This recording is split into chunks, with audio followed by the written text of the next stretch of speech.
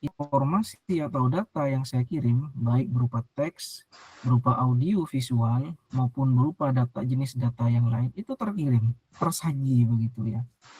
Tersaji dalam artian kalian bisa mengkonsumsi, bukan dimakan ya. Artinya dikonsumsi itu ya kita cerna gitu, informasinya apa yang kita paham. Misalkan pagi ini kita membahas mengenai teknik routing. Nah, pembahasan yang saya sampaikan melalui platform daring ini semuanya nyampe gitu ya, bahkan tidak ada yang terlewat ya, walaupun mungkin ini yang terjadi kadang ada yang karena jaringan yang kurang stabil mungkin agak putus-putus gitu. Suatu kendala yang mungkin akan terjadi ketika ketika mungkin itu disebabkan oleh faktor-faktor eksternal gitu ya. Tapi pada kenyataannya data yang kita transmisikan atau data yang kita kirim itu dapat diterima dengan baik di penerima, kan begitu ya. Jadi tujuan utamanya kan ilustrasi dari jaringan komputer itu kalau kita bahas ke jaringan komputer dasar, itu ada istilah di dalam jaringan komputer itu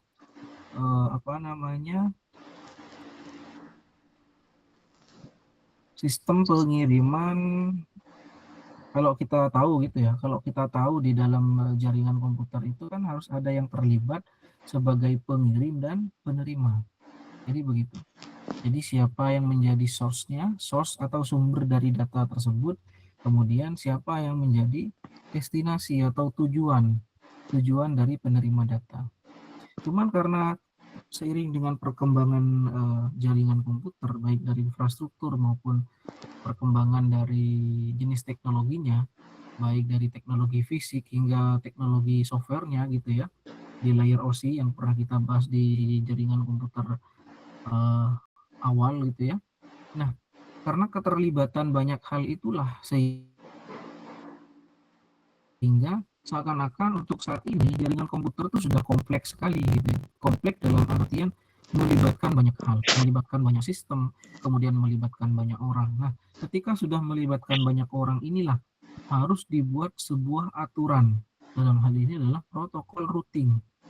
Jadi protokol routing itu yang nantinya akan mengatur bagaimana data itu bisa ditransmisikan dari pengirim hingga penerima tanpa terjadinya kesalahan kirim atau kegagalan kirim, kan begitu. Nah, ini nanti yang posisi yang akan berperan dalam mentransmisikan data kita. Ya, buktinya pagi ini gitu ya. Yang bisa mendengarkan saya, bisa mengikuti informasi mata kuliah ini adalah semua orang yang mungkin sudah tergabung di forum ini. Berarti kan terbatas hanya untuk semester 6. Itu pun bagi yang masuk, yang nggak masuk kan nggak dapat, kan begitu ya.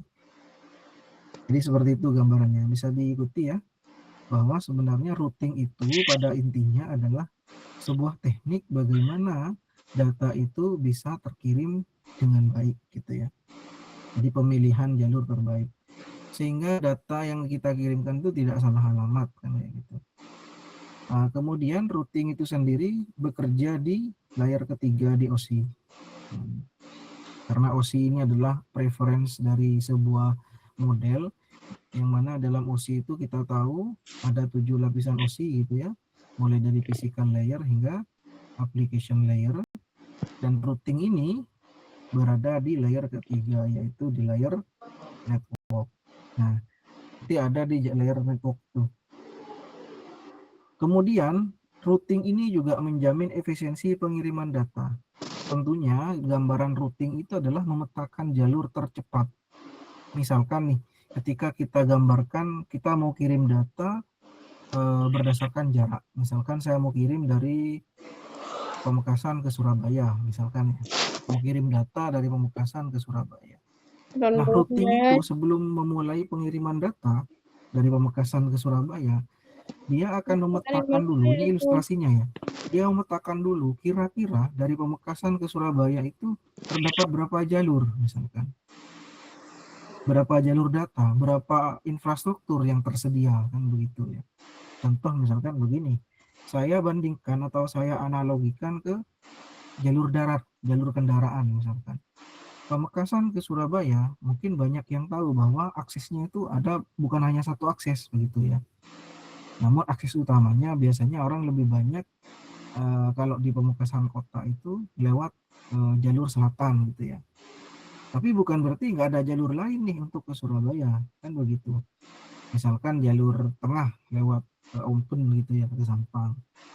Atau lewat Pantura misalkan, lewat daerah Batu Marmar ke barat sampai ke Tanjung Bumi misalkan di Bangkalan.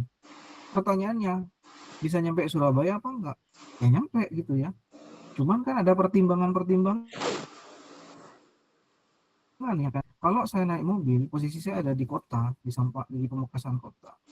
Saya mungkin tetap akan memilih lewat jalur selatan karena menurut hemat saya atau menurut saya gitu ya, jalur ini adalah jalur paling cepat kan begitu dibanding jalur-jalur yang lain, walaupun jalur Pantura juga bisa kita lalui kan begitu. Nah, ini kan kalau akal manusia atau otaknya manusia yang punya akal pikiran bisa berpikir seperti itu. Nah, bagaimana jika alat yang disuruh begitu? Maka di sini dibuatkan protokol atau aturan routing sehingga routing bisa mengkalkulasi jaraknya sekian, kemudian berapa hop dia, berapa terminal yang harus dilewati, kemudian dari segi jalur lebih bagus yang mana kapasitasnya. Nah, itu yang diukur dulu sama routing. Sama dengan manusia ketika akan memetakan saya akan melalui jalur yang mana. Seperti itu.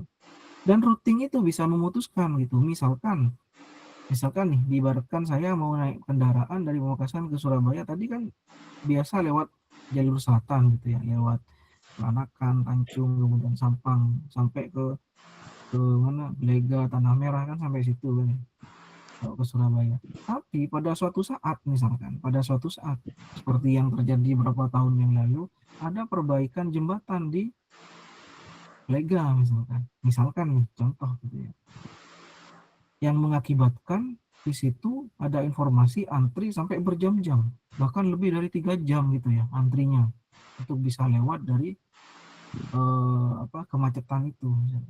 Nah, ini kan orang berpikir nih, wah kalau harus 3 jam nunggu kemacetan, dikalkulasi lewat Pantura misalkan gini ya, lewat jalur selatan itu biasanya kalau dari sini ke Surabaya katakanlah estimasi 3 jam gitu ya. Tapi kalau lewat Pantura, mungkin dia harus menghabiskan waktu 5 jam misalkan nih. Tapi karena terjadi kemacetan, contoh yang tadi, misalkan terjadi kemacetan di Blega dan harus antri di sana selama 3 jam untuk lepas dari kemacetan. Estimasinya kan 3 tambah 3 kan jadi 6 gitu ya, 6 jam. Ternyata dipikir lagi, oh kalau lewat Pantura ini bisa 5 jam, berarti kan masih bisa hemat 1 jam lagi, 1 jam gitu ya. Maka kita akan mencoba lewat Pantura aja kan begitu. Daripada saya harus ngantri telat gitu ya. Apalagi ini berpacu dengan waktu. Contohnya misalkan kita harus ke bandara misalkan yang berkaitan dengan jadwal keberangkatan. Nah, itu kan kalau otak manusia bisa berpikir seperti itu. Nah, bagaimana kalau alat seperti jaringan ini? Nah, di jaringan itu nanti ada algoritma, ada Dijkstra dan lain sebagainya. Nanti kalian akan kenal dengan algoritma itu. Tapi untuk sementara waktu kita kenal secara keseluruhan teknik penentuan jalur seperti itu adalah dengan istilah protokol routing atau aturan routing yang terjadi yang ada dalam jaringan komputer. Nah, itu yang bertugas. Kapan dia harus lewat jalur ini, kemudian kenapa saya harus pakai lewat jalur ini. Nah, itu dia akan mengkalkulasi. Ya, contoh lain juga ketika kalian menggunakan Google Map gitu ya. Ketika kalian baru nyampe ke tempat itu atau belum pernah nyampe ke tempat itu, hanya dikirim titik lokasi gitu. Itu kan kalian direct atau minta rute ke jalur itu. Biasanya kan Google Map itu akan memberikan opsi gitu ya. Jalur pertama lewat sini dengan estimasi berapa menit, kemudian jalur kedua lewat sini gitu. Nah, rute itu seperti itu. Artinya dari sekian banyak perangkat jaringan yang sudah terpasang di lingkungan internet itu menciptakan banyaknya routing di dalamnya, sehingga routing itu bisa memberikan banyak opsi. Apakah mau lewat rute primary route atau alternatif route, kan seperti itu. Jika misalkan pada waktu saat transmisi terjadi disconnecting akibat ada pemadaman atau terjadinya bencana atau lain sebagainya, atau tiba-tiba jalurnya putus gitu ya, maka routing ini tidak akan semerta-merta akan mengembalikan data kita kembali ke kita, tapi dia akan mempolakan atau mencari alternatif route atau rute alternatif yang nantinya akan menjadi alat untuk melanjutkan data ini dikirim ke tujuan kita, walaupun mungkin di situ terjadi delay gitu ya nih. Misalkan nih ketika kita sedang live streaming seperti ini, tiba-tiba suara saya kalau bagi yang koneksinya bagus mungkin suara saya nggak aman gitu ya, suaranya nyampe kemudian tidak terjadi putus-putus. Tapi bagi yang mungkin terjadi putus-putus, di situ pasti ada delay. Kadang nge-lag gitu ya, maksudnya posisi saya itu gak gerak gitu kan ya di gambar, tapi tiba-tiba suara saya kecepatan kan kayak gitu. Nah itu adalah proses di mana sistem melakukan kalibrasi karena ada perubahan di situ. Nah itu yang terjadi dalam routing. Jadi gambarnya seperti itu ya, bisa diikuti. Jadi intinya dengan routing ini kita dijamin efisiensi pengiriman data baik dari segi waktu kemudian dari segi kapasitas. Tentunya routing ini akan mencari jalur tercepat. Ya bisa jadi terpendek, intinya tercepat gitu ya. Jadi lewat jalur mana nih? Karena routing itu akan memetakan beberapa rute. Jadi rute A, B, C. Nanti mana yang paling bagus dipakai. Kalau yang dia mungkin kurang tepat atau terlalu jauh jaraknya, kalkulasinya mungkin dia akan masuk ke list alternatif route. Alternatif route itu digunakan ketika primary route terjadi pemutusan, sehingga dia akan belok ke alternatif route. Begitu ya gambarannya. Kemudian cara kerja router, pertama menerima paket dari interface, kemudian membaca IP tujuan, mencocokkan dengan routing tabel, mengirim melalui interface sesuai, menggunakan default route jika tidak cocok. Jadi gini, cara kerja router itu sangat sederhana sekali ya, karena sebenarnya router itu atau routing itu bisa tercipta karena terjadinya interkoneksi atau terjadinya pembangunan jaringan atau seperti jaring laba-laba gitu ya, saling menguatkan satu dengan yang lain. Jaring laba-laba itu kan gambarannya kan dia dari kotak ini ke kotak satunya itu kan saling menyatu kan begitu, menjadi sebuah jaring, makanya disebut jaringan gitu ya, atau disebut jaringan internet. Jadi di mana perangkat kita itu saling terhubung sebenarnya, walaupun mungkin jaraknya sangat jauh gitu ya. Ada yang terhubung secara langsung melalui kabel atau mungkin melalui nirkabel, atau terhubung secara tidak langsung. Jadi kalian itu pakai paket data atau pakai IndiHome kan begitu. Kenapa kok XL bisa sinkron dengan IndiHome gitu kan, sama-sama internet? Ya karena sebenarnya di backbone itu nyatu dia. Di layanan terpusatnya itu nyatu. Cuman memang dipolakan ketika sudah masuk ke end user. Ada yang menggunakan ISP dari sini gitu kan ya. Ada yang menggunakan dari Telkom, ada yang menggunakan dari XL, dari M3. Itu hanya bagian dari sisi pelayanan. Pada kenyataannya di bagian atasnya, di bagian servernya itu nyatu semuanya. Makanya kalian tidak akan terlalu ngurusin gitu. Oh saya pakai M3, berarti saya tidak bisa nih akses Google misalnya. Nggak gitu. Mau pakai apapun, selama di situ masih ada layanan internet, pasti kalian bisa akses Google kan begitu contohnya. Nah, sebenarnya sederhana cara kerjanya. Jadi ketika di perangkat router itu menerima sinyal, ada paket yang dikirim dari interface sebelah gitu ya. Karena kan dalam jaringan komputer itu ada istilah yang dikenal dengan perangkat tetangga atau neighbor. Jadi dari neighbor itu dia akan menerima paket. Nah, paket yang diterima itu nanti dimasukkan ke layer 3 atau layer network, kemudian dibongkar seperti ini, dibaca IP tujuannya kemana gitu kan ya.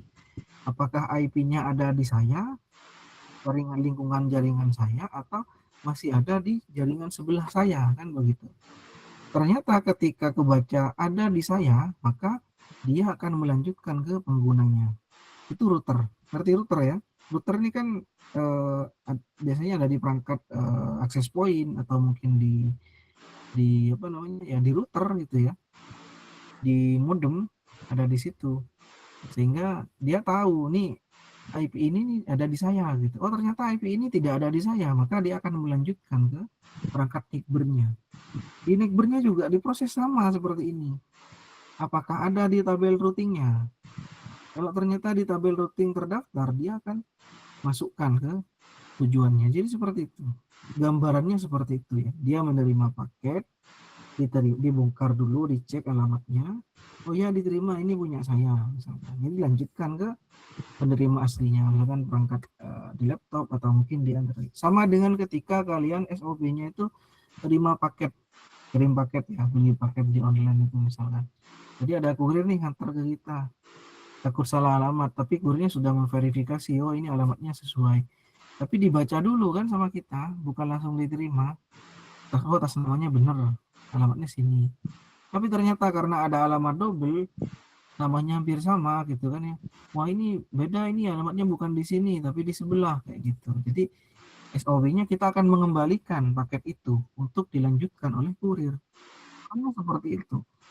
Jadi router itu akan menerima paket dan mengecek IP-nya. Kalau IP-nya udah sesuai dengan tabel routing kita, maka dia akan melanjutkan atau dia akan menerima seperti itu. Jadi gitu ya gambarannya. Nanti jika ada yang tidak kurang paham bisa didiskusikan lagi. Kemudian konsep routing. Routing terdiri dari routing tabel dan algoritma routing. Jenis routing itu ada statik, ada dynamic. Jadi ada routing statis dan dinamis gitu ya.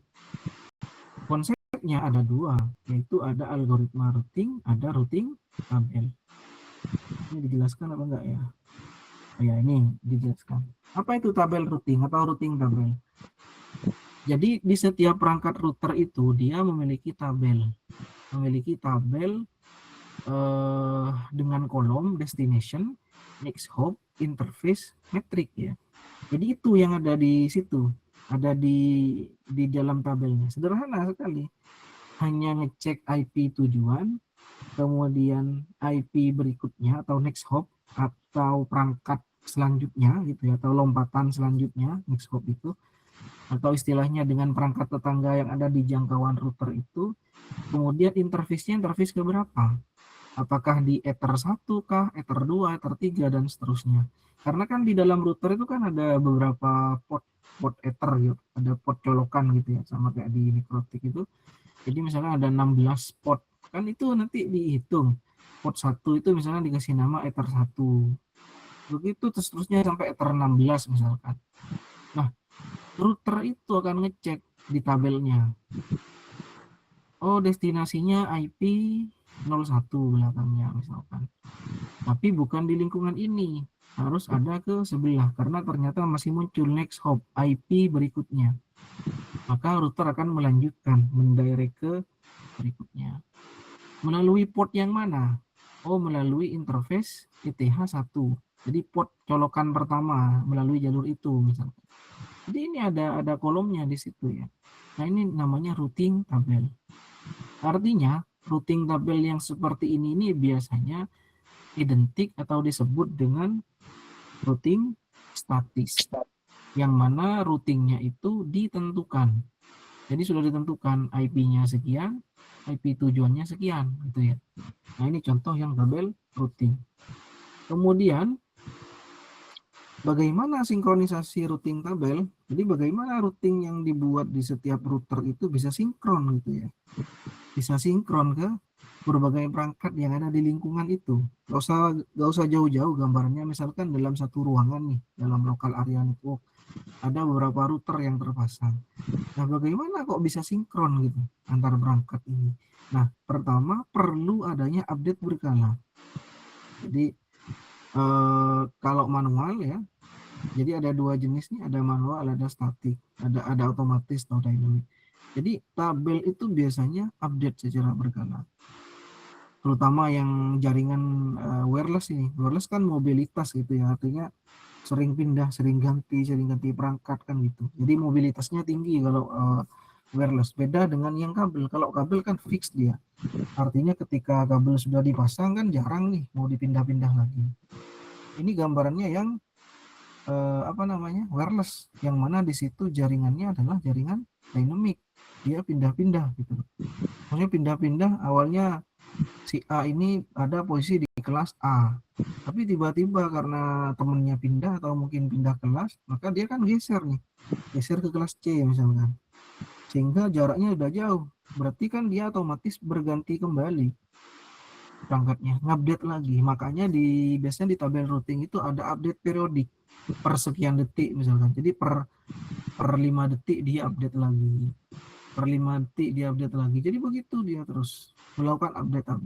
Khawatir terjadi ada perangkat baru yang masuk gitu, atau ada perangkat lama yang disconnect, kan begitu ya dalam jaringan itu.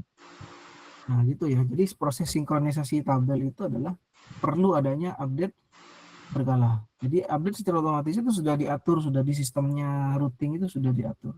Jadi dia akan melakukan updating, jadi merefresh gitu ya, melihat status. Mungkin hari ini, jam detik ini pesertanya yang terjangkau itu hanya 5 di tempat itu. Tapi di refresh detik berikutnya mungkin muncul lagi jadi 7 misalnya, karena ada pendatang baru, ada temennya datang, kemudian dia connect ke situ. Jadi kayak gitu. Jadi dia update terus, baik yang manual maupun yang otomatis.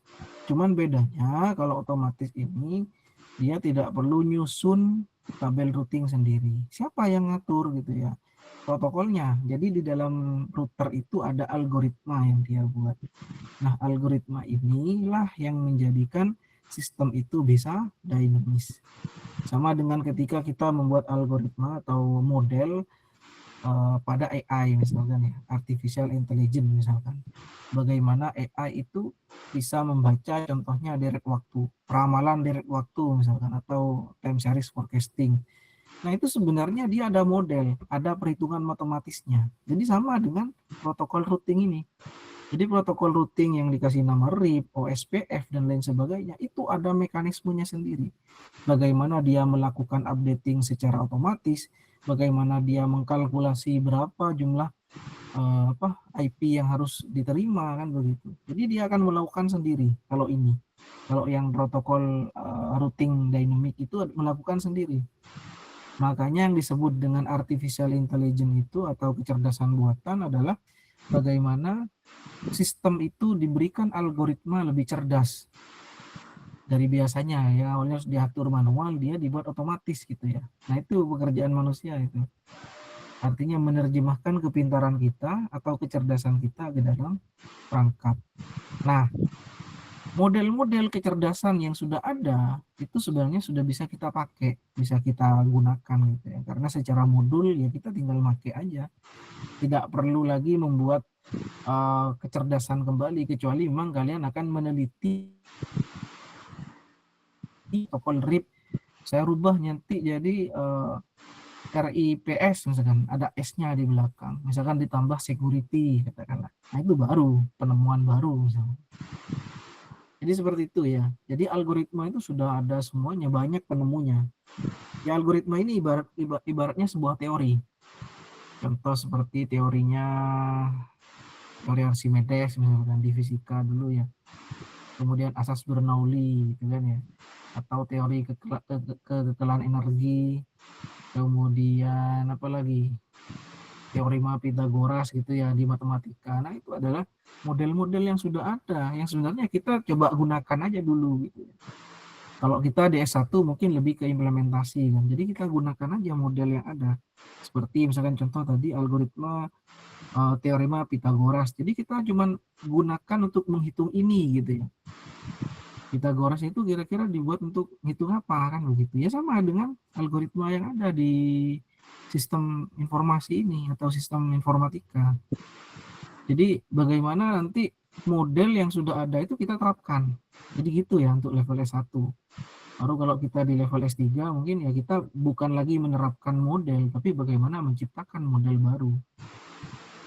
Atau memodifikasi model yang sudah ada supaya lebih efisien misalkan. Itu yang kerjaan kita mungkin ya. Kerjaan mahasiswa yang di S3. Tapi kalau pekerjaan mahasiswa di S1 itu ya kita bagaimana mencoba algoritma ini diterapkan ke ini gitu, bagaimana hasilnya. Jadi kayak gitu. Nah, ini gambaran nanti di semester 8 juga gitu ya, di semester 7. Jadi kalian proyeknya adalah bagaimana mencari model yang sudah ada sebelumnya, kita coba implementasikan di alat baru yang belum pernah diteliti sebelumnya. Jadi kayak gitu gambarannya gitu ya. Nah, di routing kayak gitu juga, routing dynamic membutuhkan algoritma untuk membuat sistem itu lebih otomatis gitu ya. Jadi seperti itu. Static routing, jadi kalau static routing itu kerjaannya adalah dikonfigurasi manual, tentu ya, karena tabelnya dibuat manual. Dan jumlah perangkat yang terhubung itu biasanya kalau statik, dia itu sudah terjangkau, artinya terdata, misalkan hanya 5 perangkat, gitu ya, hanya ada 5 perangkat router di situ, karena sudah dipetakan. Kemudian tidak berubah otomatis, harus diupdate manual, walaupun tadi ada proses update ya, update secara berkala itu manual update-nya, nggak bisa otomatis kayak yang static dynamic routing. Tapi di sini memang lebih aman dia, lebih aman walaupun mungkin caranya manual, tapi lebih aman dari segi keamanan. Karena apa? Karena aturan yang kita terapkan terhadap tabel routing yang statik ini mungkin susah dibaca oleh orang lain. Tapi kalau tentang algoritma yang sudah ada, misalnya menggunakan OSPF, RIP, dan lain sebagainya, yang jelas orang sudah pernah tahu dan sudah mempelajari apa kelemahan dari RIP ini, misalkan. Sehingga orang lain bisa dapat celah nih, oh ini ternyata pakai dynamic routing berupa RIP misalkan. RIP ini celahnya di sini, coba kita belokkan. Jadi kayak gitu. Kelemahannya kalau kita menggunakan algoritma yang sudah umum, sudah terkenal gitu ya. Ya itu kelemahannya. Terlalu banyak orang yang sudah mempelajari. Dan orang yang mempelajari itu ya bukan kadang-kala ada yang mempelajari sisi buruknya. Bukan sisi buruknya sih, mempelajari sisi kekurangannya. Sehingga dia tahu, oh di sini bugnya gitu ya. Di sini celahnya yang mungkin bisa kita telusuri, kita rombak lewat sini gitu kan. Ya, kayak itu. Jadi orang-orang yang mungkin sudah masuk ke tingkat hacking gitu ya, sebenarnya dia bukan seorang yang hanya jago meretas gitu aja, tapi dia memang sudah mempelajari teknik yang dia gunakan, itu dia sudah pelajari semua dan tahu seluk-beluk dari teknik yang dia hadapi. Contoh misalkan orang yang meretas sistem perbankan, yang jelas sebelum dia berhasil meretas, dia pasti tahu nih, pertama dia ahli dulu, ahli di bidangnya, misalkan yang mau diretas web, jadi minimal dia tuh sudah pasti ada keahlian ngoding, keahlian webnya sudah dapat dia, sehingga dia tahu jenis-jenis web, bahkan framework web yang dia gunakan itu, misalkan pakai Laravel atau CI, dia tahu kelemahannya di mana gitu ya. Jadi gitu ya sebenarnya. Jadi kalau dalam sejarah sistem keamanan cyber itu pernah dijelaskan, nanti suatu ada mata kuliah itu ya, dijelaskan bahwa di situ seseorang yang sudah ada di posisi sebagai hacker gitu ya, atau kita sebut dengan konotasi hacker. Sebenarnya hacker itu bukan sesuatu yang buruk sebenarnya. Dia itu hacker itu dulu ceritanya dibuat sebagai sebuah kelompok yang mau mempelajari tentang teknologi gitu ya. Jadi mempelajari dia. Dan di situ komunitasnya orang pintar-pintar awalnya. Cuman karena terjadi hal pelanggaran yang gimana gitu pada sejarahnya, mungkin ada pelanggaran kode etik atau apa, sehingga akhirnya grup hacker ini untuk sampai saat ini seakan-akan wah ini pekerjaan ilegal gitu ya. Padahal sebenarnya tidak begitu sejarahnya. Jadi teknik, kalau menurut sejarah, orang-orang yang di hacker itu adalah orang-orang yang jago di bidangnya. Jadi dia bisa meretas apa ya, dia sudah mempelajari. Misalkan dia bisa meretas web tadi ya, berarti dia jago web sebenarnya. Jadi kurang kayak gitu ya. Jadi sama, dia bisa meretas jaringan, bisa meretas firewall, bisa meretas server ini. Yang jelas dia sudah mempelajari kelebihan dan kekurangan dari server yang model ini kayak gitu ya. Jadi gitu. Memang dari segi keamanan tabel routing yang statik ini dia lebih bagus daripada yang dinamis karena algoritma yang kita buat sendiri dan orang lain mungkin tidak memahami. Namun kekurangannya daripada static routing ini tidak fleksibel. Artinya apa? Anda harus duduk terus di depan komputer itu atau duduk di lingkungan jaringan itu karena harus konfigurasi lagi. Apalagi update-nya diupdate secara berkala. Itu update ya udah diganti lagi, dirubah lagi begitu. Sehingga mungkin untuk beberapa hal ini kurang enak, kurang fleksibel, kurang nyaman begitu ya. Untuk beberapa alasan gitu ya. Untuk beberapa alasan mungkin teknik begini nih kurang nyaman gitu ya. Sehingga kita perlu menggunakan cara yang kedua, yaitu static routing, dynamic routing ya. Nanti kita bahas. Ini contohnya, cara kerja static routing itu misalkan dalam router Cisco gitu ya. Router itu sebenarnya hanya mengenal rute manual. Jadi contohnya Cisco. Jadi IP root-nya apa gitu ya. Jadi misalkan nih IP-nya ini. IP root-nya melalui network network ini, kemudian subnetnya ini ditentukan sudah. Ini kalau manual. Kemudian tujuannya ke IP ini misalkan. Jadi seperti itu. Lewat ether yang mana? Ether yang ini misalkan. Ether yang apa? Jaket konektornya menggunakan warna kuning gitu kayak gini. Atau yang warna biru itu kan ada nomornya semua ini setiap port ini. Yang bisa nanti didetekan. Kemudian mengenai dynamic routing. Dynamic routing ya, tetap tujuannya adalah routing dinamis itu sama dengan routing statik, hanya bedanya routing dynamic itu dia proses update dan pergantian tabel routing itu berubah secara otomatis sesuai dengan kondisi. Jadi tujuannya sama, tetap untuk bertukar informasi routing. Sama dengan yang tabelannya saja. Kalau yang manual itu manual routing atau static routing yang tadi, dia itu lebih ke manual caranya. Jadi network engineer itu atau network administrator itu atau petugas yang menjaga jaringannya harus mengupdate terus secara manual. Tapi kalau dynamic ya langsung dia dirubah secara otomatis sesuai dengan kondisi. Makanya dynamic di sini biasanya identik dengan kata-kata adaptif, menyesuaikan. Jadi misalkan nih ada perangkat baru connect ke lingkungan jaringan kita, maka otomatis tabelnya berubah secara otomatis gitu ya. Dan algoritma yang dia gunakan atau protokol routing yang dia gunakan ada, contohnya di sini ada RIP, OSPF, EIGRP, dan BGP. Dia memiliki teknik-teknik routing tersendiri. Dan nanti kita akan pelajari nih RIP itu apa, OSPF itu apa. Walaupun mungkin di beberapa pertemuan sebelumnya protokol routing ini sempat kita bahas pengertiannya, tapi secara model mungkin ini perlu dipelajari lagi. Perlu diajari lagi algoritmanya seperti apa, rumus matematisnya seperti apa, bisa seperti itu nanti. Kemudian dynamic routing ini identik dengan adaptif tadi ya, menyesuaikan. Lingkungannya berubah seperti ini, ada tambahan pengguna misalkan di lingkungan. Nah, itu bisa berubah, bisa menyesuaikan tanpa harus dikontrol secara manual oleh petugas jaringan. Kemudian pertimbangan lagi karena dynamic routing ini dinamis gitu ya atau adaptif terhadap lingkungan, dynamic routing ini dari segi konsumsi bandwidth-nya juga lebih rendah gitu ya. Karena dia menyesuaikan.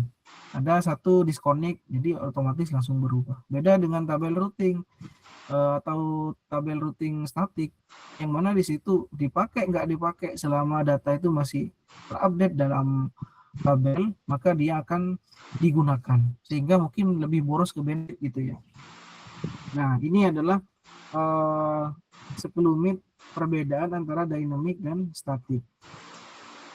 Bukan hanya IP ya, kalau dulu di awal di jaringan komputer yang awal itu kan kita pernah belajar mengenai IP statik dan IP dinamis kan begitu. Sama tujuannya. Kalau yang IP dinamis kan berubah otomatis. Yang ini juga sama. Routing dinamis itu ya adaptif.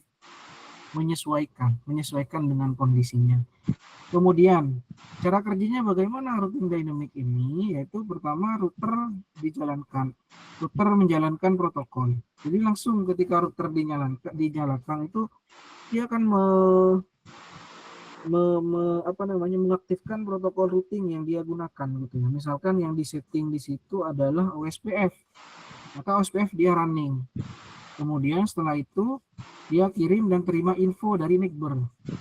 Jadi neighbornya juga akan berkirim secara otomatis. Dan rata-rata ketika disetting dalam satu lingkungan dinamis, semua perangkat yang terhubung di situ pasti menggunakan atau pasti diatur oleh ISP itu dengan protokol yang sama. Misalkan menggunakan OSPF, biasanya OSPF semua kan gitu.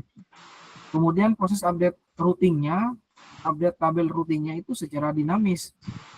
Jadi bergantian begitu ya, bergantian sendiri. Jadi misalnya ada yang baru tadi atau yang lama putus atau ganti perangkat baru, itu otomatis terupdate, tidak perlu ada campur tangan orang. Itu kelebihannya kalau dinamis. Kemudian dynamic routing ini juga menggunakan algoritma Dijkstra. Ini algoritma Dijkstra ini salah satu algoritma yang diambil oleh Google Map gitu ya. Bagaimana tabel routing itu, routing dinamis ini bisa menciptakan rute tercepat. Sama kayak di Google Map ya. Google Map sama itu juga mengadopsi Dijkstra, walaupun tidak hanya satu model yang diadopsi. Apa model Dijkstra itu? Dijkstra ini karakteristiknya adalah dia akan menentukan jalur tercepat. Di Google Map juga sama. Walaupun kita di satu tujuan, tapi biasanya Google Map itu akan memberikan primary route dan alternative route. Tapi dia akan mengkalkulasi dan merekomendasikan lewat jalur ini, karena dari segi kalkulasi waktunya, yang ini 5 menit, yang satunya 6 menit gitu. Jadi dia merekomendasi yang lebih cepat, kayak gitu. Nah, routing atau teknik routing itu juga sama, apalagi yang dinamis ini, dia juga menggunakan algoritma Dijkstra. Jadi selain menggunakan algoritma protokol routing yang otomatis, dia juga mengadopsi model Dijkstra yang dia masukkan ke dalam protokol routing tersebut. Sehingga dengan demikian protokol routing mampu memetakan jalur tercepat lewat jalur mana paket data ini harus disampaikan. Kemudian apa perbedaan antara IGP dan EGP? IGP ini adalah protokol interior dalam autonomous gitu ya. Kemudian kalau yang EGP ini adalah eksterior, protokol yang ada di luar autonomous atau antar AS gitu ya. Ini disebutkan yang pertama itu dalam satu AS, autonomous system. Nah, yang IGP ini yang terkenal yang dipakai itu ada RIP, ada OSPF, ada EIGRP. Jadi yang diterapkan oleh ISP, oleh penyedia layanan jaringan atau internet service provider, itu untuk dalam satu autonomous, katakanlah dalam Indonesia, jaringannya itu pasti dia menggunakan salah satu algoritma yang ada ini, dalam menggunakan RIP, OSPF, dan EIGRP. Tapi untuk yang antar AS, misalkan nih komunikasinya antara Indonesia dengan Singapura, ini kan sudah beda autonomous, beda daerah otonom gitu ya, beda lingkungan. Maka untuk koneksi atau routing yang digunakan antar Indonesia dengan Singapura mungkin akan menggunakan yang eksterior atau BGP. Nah, ini contoh default route ya. Ini contoh tabel routing yang ada. Jadi misalkan di default route atau default gateway, jadi digunakan saat tidak ada entry yang cocok. Jadi kalau misalkan ada entry nih, nggak ada yang cocok dengan tabel routing yang ada, maka dia akan menggunakan default-nya. Semua lintas yang tidak dikenali diarahkan ke default gateway. Jadi misalkan nih ada paket data yang masuk, tapi tidak dikenali sama sekali sama dia. Jadi IP-nya nggak dikenali, semuanya tidak dikenali. Maka sistem akan mengarahkan atau mendirect ke default gateway-nya. Sehingga dengan default gateway dia bisa membaca lebih banyak. Contoh tabel tabel routing yang ada itu di tabel di bawah, misalkan destination-nya adalah 192.168.10.0 ini adalah tujuannya gitu kan ya. Nah, semisal kebaca di next hop-nya, oh ya terbaca lewat ETH 0 misalkan, maka di situ dia akan melanjutkan secara langsung directly connected gitu ya. Berbeda dengan tabel yang kedua, yang mana tabel kedua ini destination-nya tidak teridentifikasi, artinya posisinya 0. Nah, maka ketika posisinya 0 atau IP-nya 0 misalnya semua karena tidak teridentifikasi data tersebut, maka dia akan mendirect ke default gateway-nya. Misalkan melanjutkan ke WAN, ke internet gitu. Jadi dilempar lagi ke internet, bukan di saya ini. Sehingga nanti di internet akan diterima lagi dan dicarikan kemana tujuannya. Seperti itu ya. Kemudian ilustrasi dari default route. Host kirim keluar subnet. Kemudian yang kedua, router pakai default gateway menuju internet. Jadi kalau misalkan IP yang paket data dengan IP yang mungkin IP tujuan tidak terdeteksi di lingkungan kita, maka perangkat itu akan mengembalikan ke gateway atau langsung menuju internet gitu, sehingga bisa dilanjutkan ke perangkat-perangkat lain yang ada. Dan proses itu sangat cepat sekali ya, bahkan mungkin dalam hitungan milisecond. Jadi kalau kita kan berpacu dengan waktu itu kan detik gitu ya, atau second. 1 detik terasa masih sama kita. Tapi kalau milisecond mungkin tidak kerasa karena dia hitungannya ada di bawah 1 detik gitu ya. Ada di milisecond, sehingga proses yang panjang dalam pengiriman data ini, belum lagi tentang lapisan-lapisan yang harus dilalui di OSI layer itu bisa diproses secara cepat. Bahkan kalau ada data yang mungkin masih mandek 1 atau mungkin sampai 3 detik, itu kerasa sekali kalau sama kita gitu. Jadi gangguan misalkan. Kan kadang ketika kita live streaming itu kadang buffer gitu ya. Jadi koneksinya terputus. Jadi nanti YouTube-nya itu nggak jalan kayak gitu. Nah, itu adalah proses di mana ada sinkronisasi atau ada perubahan di dalam jaringannya. Berbeda dengan koneksi yang stabil gitu ya, yang memang jaringannya bagus atau tidak ada gangguan atau mungkin trafficnya kecil, sehingga kadang walaupun kita streaming dengan cara live streaming atau mungkin membuka platform streaming seperti YouTube, itu kadang tidak terjadi buffer karena proses-proses pengiriman data di routing itu dilakukan secara cepat.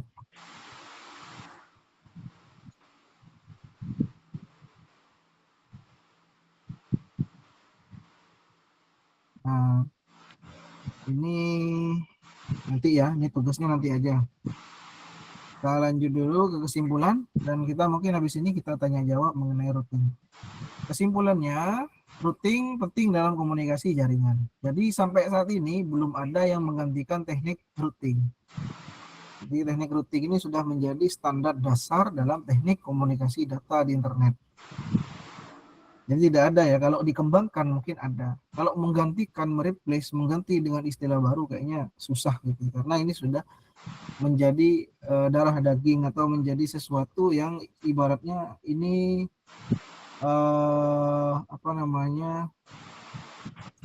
lebih ke ini ya, lebih ke apa? Kalau lebih ke pengembangan metodenya aja. Jadi tidak ke replace gitu ya.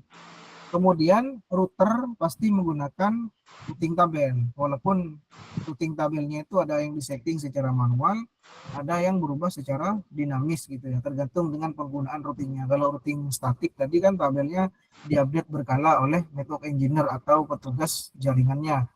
Kalau dia itu adalah dynamic routing, maka tabel routingnya itu biasanya dirubah atau diupdate secara otomatis oleh sistem, oleh algoritma tadi. Kemudian statik cocok untuk skala kecil. Jadi kalau misalkan tujuannya untuk satu lingkungan, katakanlah local area network, satu ruangan atau satu kampus gitu ya, demi keamanan supaya tidak dijebol oleh pengguna luar yang mengerti tentang kelemahan WSPF, mengerti tentang kelemahan RIP misalkan. Jadi mungkin kita bisa menggunakan routing statik. Yang di situ mungkin tidak akan berubah-ubah perangkatnya, tidak akan pindah-pindah katanya. Itu bisa menggunakan cara seperti itu, sehingga kita bisa menyusun algoritma kita sendiri atau menyusun tekniknya kita sendiri. Kalau untuk dynamic ini untuk skala besar, tapi kalau untuk jaringan yang lingkungannya besar sekali, perangkatnya banyak, komunitas perangkatnya ribuan hingga jutaan perangkat, maka ya tidak memungkinkan kita setting satu-satu secara manual kayak gitu. Mending kita pasang algoritma yang adaptif tadi. Jadi menggunakan protokol routing. Kemudian default route sangat penting untuk akses luar. Jadi default route itu digunakan untuk melempar paket data yang tidak ada di lingkungan kita. Misalkan nih saya kirim data melalui jaringan atau router A, ternyata yang menjadi tujuan saya bukan ada di router A tapi ada di router B. Maka default route bagi router A itu sangat penting. Untuk apa? Untuk mengembalikan. Jadi kalau misalkan saya kirim nih melewati router A, tapi ternyata tujuannya tidak ada di router A, tapi ada di router C misalkan. Maka router A itu berkesempatan untuk mengembalikan data itu ke default route, sehingga nanti ketika masuk ke default route atau di WAN, maka data ini akan dilanjutkan ke neighbornya, ke perangkat berikutnya terus ke lompatan atau hop ya, atau hop yang selanjutnya. Misalkan dari A lompat ke B lompat ke C kayak gitu. Nah, istilah dalam bahasa Inggrisnya itu kan hop, lompatan itu. Jadi untuk routing itu bisa single hop atau bisa jadi multi hop gitu ya, beberapa lompatan. Jadi untuk menuju dari destinasi saya ke komputer C atau router C, maka saya harus melalui router A dulu, router A mengirim ke router B akan mengirim ke router C, ibaratnya begitu ya. Oke, jadi mungkin itu saja materi pada pagi hari ini. Silakan apabila ada hal yang perlu kita diskusi, kita buka saya buka pertanyaan. Silakan kalau ada pertanyaan sebelum kita akhiri. Jangan lupa absensi ya melalui link yang sudah saya share ke ketua tingkat masing-masing.